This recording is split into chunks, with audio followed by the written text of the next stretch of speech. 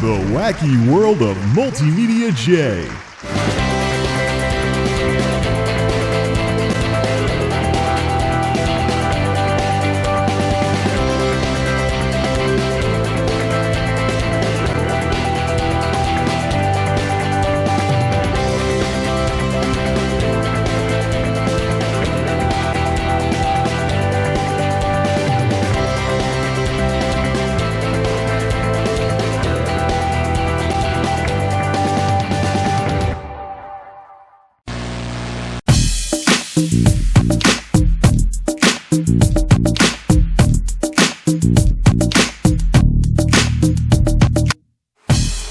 This machine has seen better days, but the alarming issue caused by setting the graphics card to maximum performance has let me know there's a bit of a problem in the power department.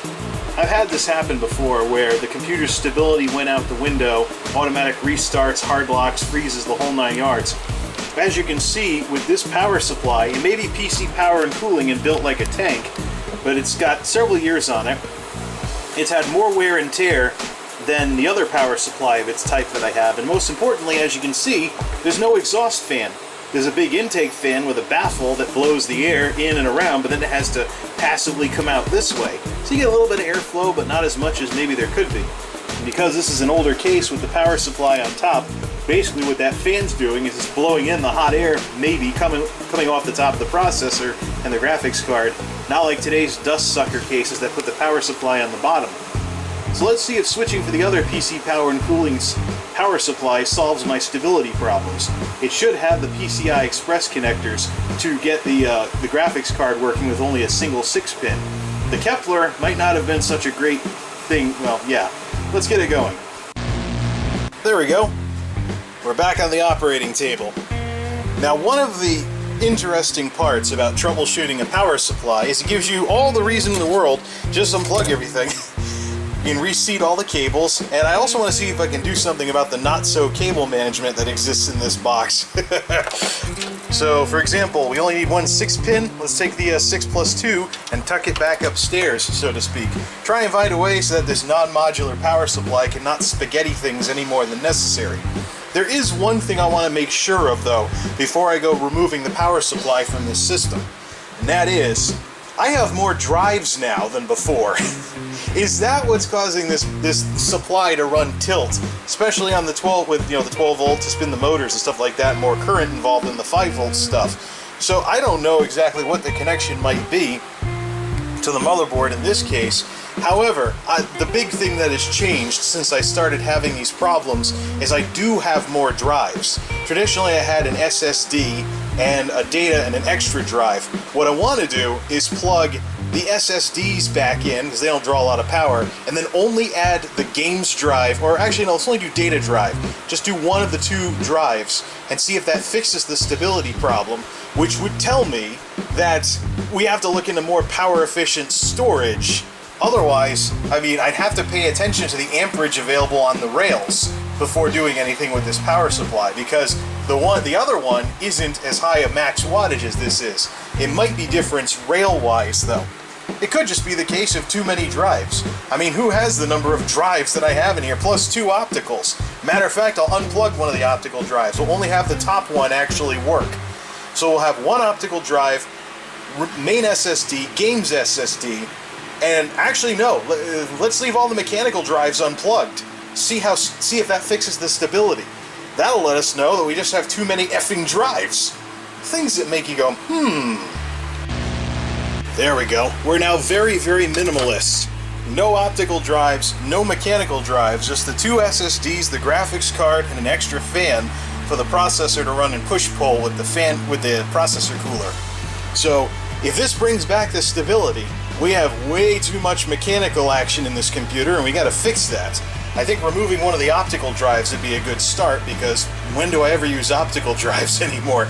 Except for once in a while. So, plus I need to have a drive free, because I'm going to use one of these 2 from Monolith anyways. But we'll leave everything unplugged, so no moving part drives at all. Completely electronic. Solid state, solid state. We can play WoW on it, because WoW's on the game's SSD, as long as the Windows doesn't throw a fit, because most of the hardware seems to have disappeared. but it should be hashed to the motherboard anyways. So let's see how it runs. If it's still flaky as all heck, then yeah, that thing had a good run. But unfortunately, with just that one fan and a baffle, it's probably prone to overheating compared to something with an actual exhaust. Plus, the one that I have that I'm thinking of replacing it with doesn't have a bottom fan, so the air can't get sucked into it if any doesn't get blown out by this thing. So it has to come in from the side and go straight out. Let's see how it works.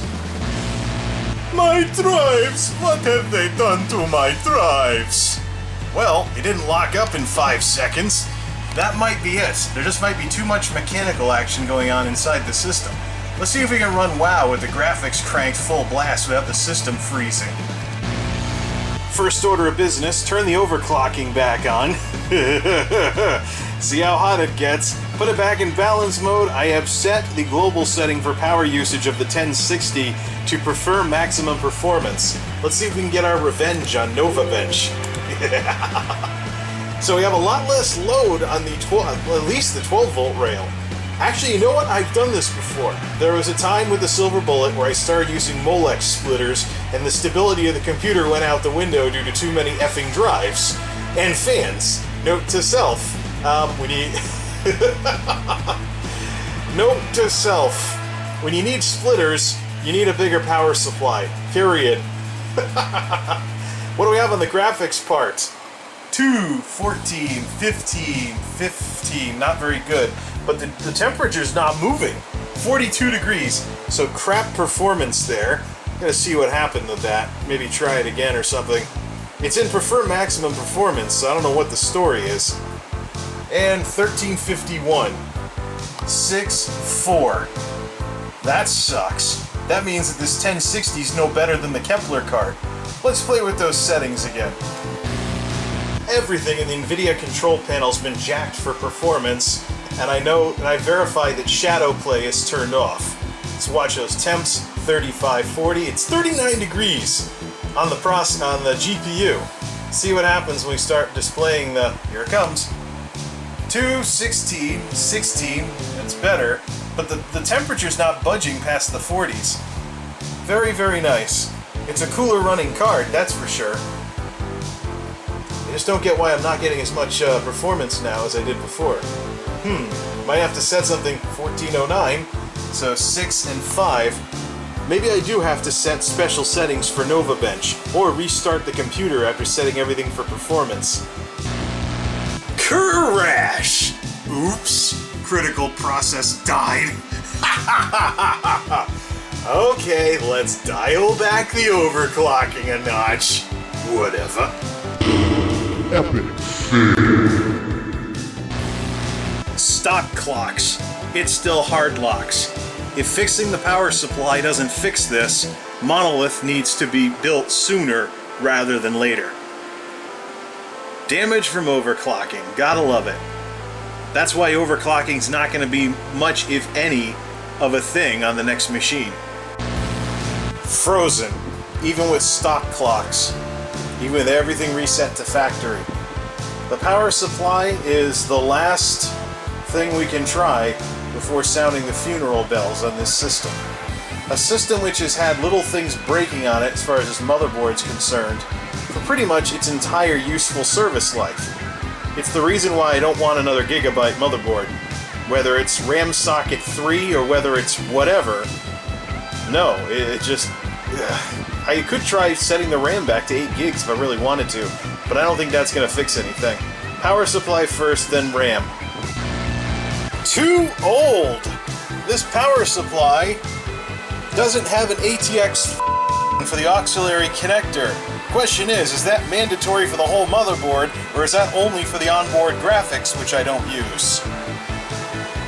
Decisions. If it doesn't boot, the plan then is to put the other power supply back in and revert back to what actually worked on here, which is to go back to the ATI card. The Radeon. The old Radeon from 5+ years ago. So woohoo! I bought a graphics card that I can't use yet. Gotta love it.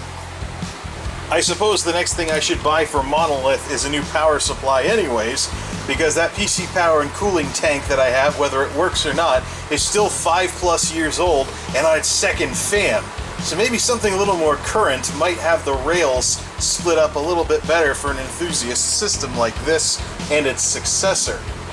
Well, time to plug this in just enough to see if that power supply is gonna actually... Where's the 20 pin? Yep, it does have the full number of pins. Okay, so we gotta find out if that auxiliary is for onboard graphics or more power for the motherboard. I suspect the whole thing's not gonna boot if that's not plugged in. Let's throw this together and just whatever. Once again, we're Mr. Minimal. Better be Mr. Minimal than Mr. Methane. Another obscure internet reference. Well, television too, but folks in the UK will get the joke. Alright. Yeah, this isn't gonna work. Who am I kidding? Time to watch this not work. 3, 2, 1. The lights turn on, but I'm guessing we get a postcode. And a thunderstorm.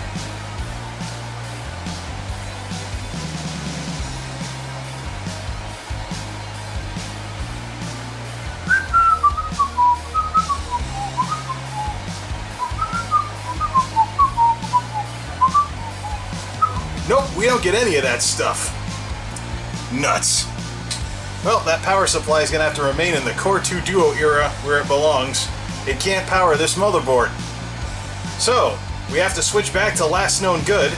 We know that the 1060 is going to be an amazing card once we have the infrastructure to support it.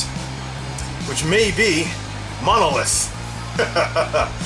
It may have been getting CPU limited by the processor on this thing anyways. Okay then. Back to the other power supply and back to the Radeon. Not something I wanted to do, but that's the way the cookies crumble sometimes.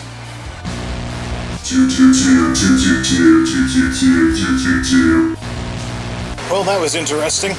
I guess you could call it Thunder Supper. That thunderstorm that was just getting going when I was tinkering with this thing earlier, it's blown through, knocked out power to about a third of the town. Fortunately for us, me, the rest of the folks in the neighborhood, it was the other part of town that got KO'd. Or not. So, I know nothing's gonna work right no matter what I do right now. Hopefully that was just the substation switching back, because whatever blew up 2 hours ago has been fixed. So we know what we need to do then.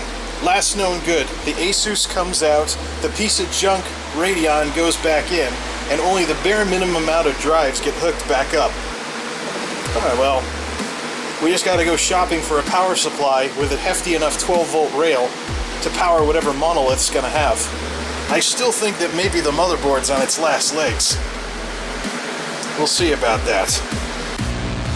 Before I start to give up on this computer, there's one more thing I have to rule out. The RAM. The big fancy rip jaws are out, and the 8 gigs of regular Crucial, just a green stick, is back in. And now the 2 fans for the cooler can be flush. Just gotta rule out those rip jaws. I've never had very much luck with fancy gaming memory, so I'm open to the idea that my luck hasn't started right now. So let's try it with normal RAM, 8 gigs, slower speed, and stock clocks, and see if there's any stability whatsoever. I'm really thinking motherboard, because you can cool the processor really well, you can cool your graphics card really well, but if you overclock the front side bus and the north bridge and everything, I don't know what there is for cooling options there except putting a box fan on the side of the computer. Back in minimalist mode with only the solid state stuff actually plugged in, so minimum load on the power supply, which has been thoroughly blown out with the duster can. If it doesn't work now, we probably have to go shopping for a better one and put the old Radeon back in because we know that worked. Ah, air conditioning. Got both units going, cooling this place down. Well, dehumidifying the place more than anything. Humidity outside's like 90%, getting down towards the 80s in here now and dropping. Yay! So I tried the old RAM, and the motherboard was a pain in the you-know-what with the old RAM. Beep, beep. Beep codes galore. If the right stick wasn't in the right slot, just like when I used to use that stuff, which is why I replaced it with the rip jaws. So the rip jaws are back in there now. This thing didn't freeze. Woo! I'm doing a scan and repair after scanning the hard drive, etc., etc., etc. Yeah, so basically the rip jaws are back in, and I've got it in minimalist mode, but I'll plug some drives back in since we know it's probably not the power supply. This motherboard has been like those cartoon cars where there's nuts and bolts falling out as they drive down the road. There's always been something stupid with this board. That's why my next board's not going to be a gigabyte. But I'm sure Staffa and the folks at Ada Continuous will be laughing at my little jab at gigabyte there because they've had troubles too. For now though, the motherboard will be running with no turbo or no overclocking or anything. So 3.2 max speed, no turbo boost, no fancy crap. Just see if it keeps running, see if the cursor keeps moving, and see if the games keep playing, and maybe even have the audacity to try playing games in power save mode, which is something I couldn't do with the Kepler card. Likewise, the Kepler card has been vindicated, and it will be available for use in something like the Silver Bullet or something like that. But unfortunately, that old 610 watt power supply has to be Silver Bullet only. Ooh, new Battle.net update. Woohoo! Anyways, no repair required. Yay! I can play some games and see if this thing freezes. But the story's going to end here for now. I think I need to build that system sooner rather than later. And it's nice to have learned the hard way that I don't have a backup power supply if this one conks out. So I think the next component that I'll be in the market for is a modern power supply that's maybe 80 plus silver or something. It doesn't need to be able to handle much. What I'm going to do, this is the power efficiency of Monolith is going to be better than Tuxedo. So what I'm going to do is, if I can keep this thing from crashing long enough, hook this thing up with a watt meter, get the maximum wattage draw from this thing, and then purchase a power supply that's appropriate to that size. I'm never going to have dual graphics cards, so I think I can probably drop down wattage-wise in terms of staying in that 2080 range in terms of peak efficiency. But we'll go shopping for that stuff later. For now, it's been a very long day, a very long week. Just want to goof around with some games and see if this thing freezes again. It's not overclocked, the turbo's not even on, so the processor will cap out at 3.2. No fancy crap, just see if it'll actually work for at least a few more weeks. This is MultimediaJay, signing off. Thanks for stopping by.